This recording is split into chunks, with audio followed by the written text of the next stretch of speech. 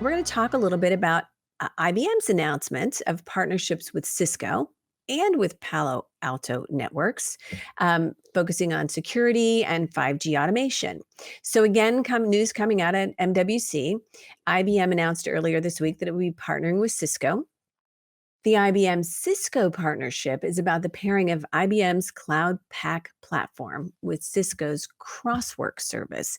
And that service is intended to facilitate the automation and abstraction of the complexity. This is like so many words strung together of the complexity of managing the virtualization of a radio and network core. It's a lot, but basically, it's really all about facilitating automation and abstraction of it, making it less complex, right? And, much like with the Samsung Sienna partnership, where we've got a situation where companies are focused on slice lifecycle management, slice assurance, and slice troubleshooting. These are all critical to maintaining service level agreements. And I think what we're seeing here with this partnership between IBM and Cisco is, they're laying the foundation for that there. And we're going to see a lot more of this, I believe, as more people become 5G becomes more prevalent, and we've got more customers, and we've got more 5G related service offerings. I think we're going to see more and more of that. The IBM Palo Alto networks, and again, that's a hard thing to say. Palo Alto, it's just like doesn't flow easily. This this partnership is all about security and helping mitigate the security challenges that telco operators have as they're deploying 5G and edge services. And part of the reason that this is important, we have actually a new research report out on confidential computing that we did in partnership with IBM. I'll link that here. It's not 5G related, but it's security related. And this is a top concern of everybody today. And part of why this is so important is that IBM reported, specific to telcos, IBM has reported that 75% of operators have reported that they've experienced incidents of fraud.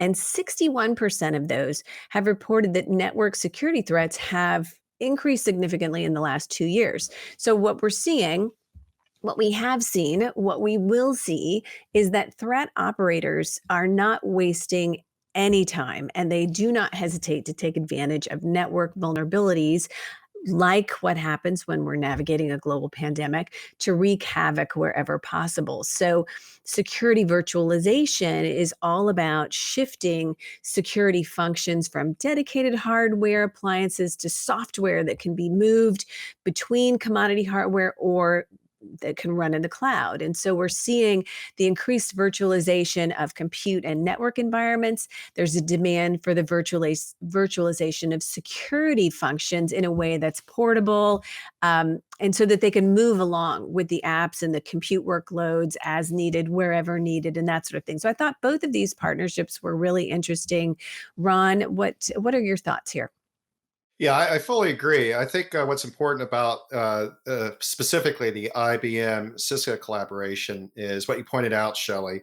It's the network slicing life Yeah, cycle management. And that's what the Cisco Crosswork network automation platform is well suited for. right. And I think Cisco anticipated, that's the name Crosswork, that this is going to be something that requires a complete view of the fabric of how the network slicing is being implemented, how the segmentation, Right. the assurance, the path selection, all these elements plus more need to be fully monitored, or at least in IBM's case, what they are doing is using their CP4NA AI powered telco cloud platform to Right. really provide intent networking information to the Cisco platform to enable this network slicing capability.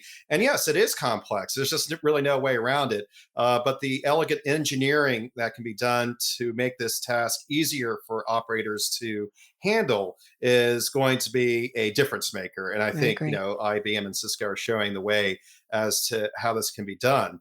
And yes, security is always going to be at the forefront of all the decision makers, certainly on the CSP side. And Right. I think what is important is that, yes, IoT security specifically has been a bane. There's been more vulnerabilities that have arisen. The Mirai botnets, Right. malware that's wreaked havoc, well, 5 years ago now, but is still echoing. That shut down major websites. So it's not Right. trivial. The IoT security component here, and the recent Ripple 20 exploitation was taking advantage of software that was designed in the 1990s, the TCP IP stacks. And it's like, this is still being used with, what It is. is, can be characterized as legacy IoT technology. So, you always have to be on guard here. That's the bottom line. And, thankfully, IBM, Cisco, and Palo Alto are going to help, make the IoT business case more viable, at least certainly when it comes to what we discussed last week when the narrowband IoT implementation across the UK was finally implemented. And so that was definitely, I think, a breakthrough in that regard. And so we hope to see more of that, in other parts, and show that carriers can really handle managed IoT services and monetize it and so forth in a secure way. Well, and I think what we know, and I feel like this is a theme of every episode of the 5G Factor, and it's a theme of almost every conversation we have across our team of analysts. And it's that smart partnerships are truly the path forward, and we see these every day, whether it's, Samsung and Ciena, or whether it's IBM and Cisco, or IBM and Palo Alto networks. I mean, we just see it's these strategic partnerships where you can work with a trusted vendor partner with certain capabilities that you need but don't have, and that helps you deliver the kind of solutions that you need, serve your customers, serve your employees, all those kinds of things. But that's really, I think, what we're seeing here is just more and more smart partnerships like these that make all the sense in the world, especially as it relates to the 5G ecosystem. Oh yeah, and Vodafone can attest to that. They're the ones who deployed that nationwide NB-IoT network, and this is, I think, bearing fruit. Okay, here are some key partnerships they're looking to take advantage of precisely that use case. Yeah, absolutely.